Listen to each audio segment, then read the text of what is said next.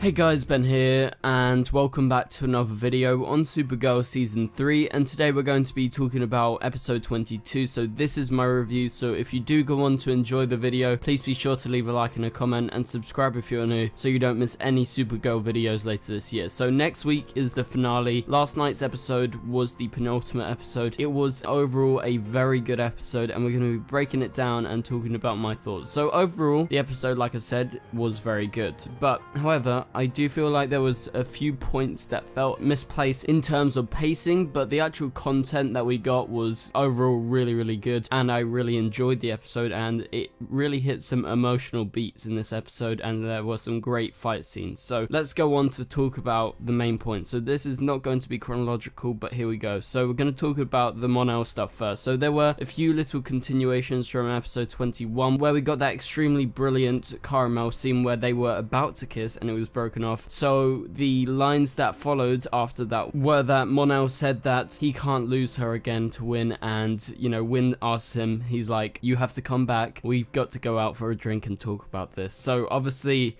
I feel like Win knows now that Mon-El still has feelings for Kara, and so I think everything is going to be wrapped up next episode in regard to that. And I think with Imra returning next episode in the finale, Mon-El is either going to go back to the future or he's going to stay with Kara. So we'll have to wait and see, but also we get a really nice conversation between Alura and Kara, and Alura was one of the best things about this episode once again, and she says something along the lines of, do you love him? I can clearly see there is a connection, and she just wants to talk about it, and I think that's going to happen next episode, so I'm looking forward to that. So there were some great Karamel scenes. They did have scenes together in the episode, but they didn't have like any scenes like episode 21. So the Dark Kryptonians, they attack and they're on Earth, and they try to get the blood, because in order to resurrect Rain and for Rain to be out of that dormant state, they need the blood of the other world killers, and they do end up getting it, and Rain is reborn. So it's revealed that Rain got her powers from the fountain of Liliath, I think they said something like that, and it's in the Dark Valley of Juru, which we saw many times before with Sam, and also we'll talk about that in a minute as to what happened with Sam in this episode. But Rain is reunited with her world killer makers, and she finds out that they're actually real. She's only seen them via hologram,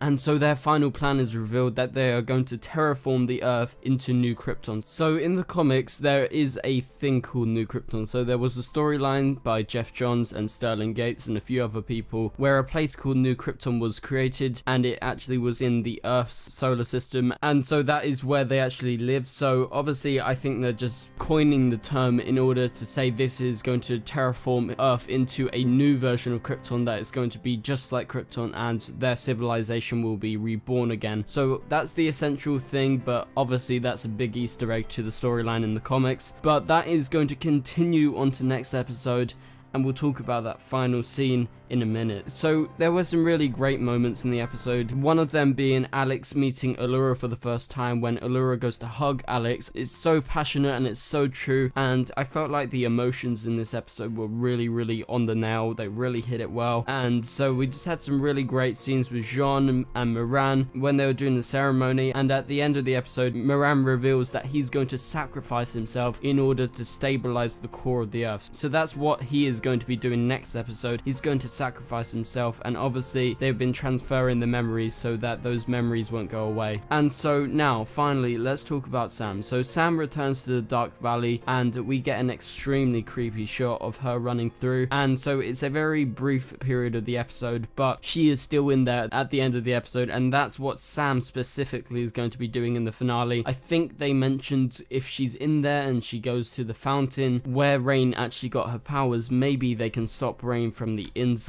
So I'm really looking forward to Sam in next episode. And the end scene was when Rain was actually going to the center of the Earth, and then we get the sort of parallel between Rain and Supergirl flying, and this is cut with the Supergirl logo, and so that's going to be next episode. So it's a two-part episode. The finale is going to be action-packed. I'm really looking forward to it. This season of Supergirl is definitely my favorite season, and I guess I'll do a season review once we get that episode next week. So remember, my trailer breakdown for the finale will be tonight. Oh my god, it's going to be so awesome. So thank you guys so much for watching. I really did enjoy this episode, although like I said, the pacing maybe was a bit off. It was overall a very good episode, and we got some great moments. So anyway guys, thank you guys so much for watching, and I will see you guys later. Goodbye.